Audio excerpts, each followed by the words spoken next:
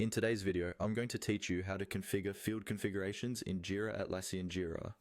We'll walk through this together step by step so you can confidently customize the fields in your project to match the way your team actually works.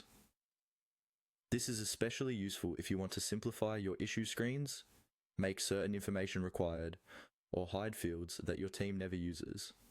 Start by opening your Jira project. From your main Jira dashboard, look for the project you want to configure and click on it to open the project board. Make sure you're in the correct project because the changes you make here will only apply within this specific project and its associated issue types.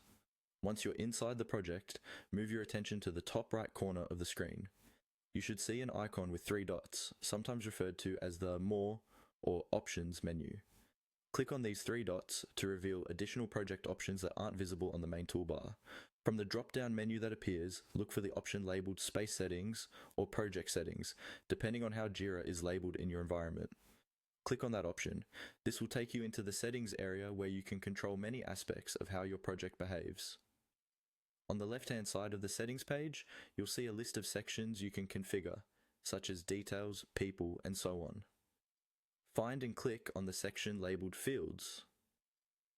This is where you'll manage field configurations and decide which fields appear on your issue screens.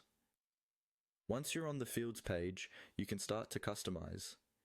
Here, you'll typically see a list of field configurations or field schemes associated with your project.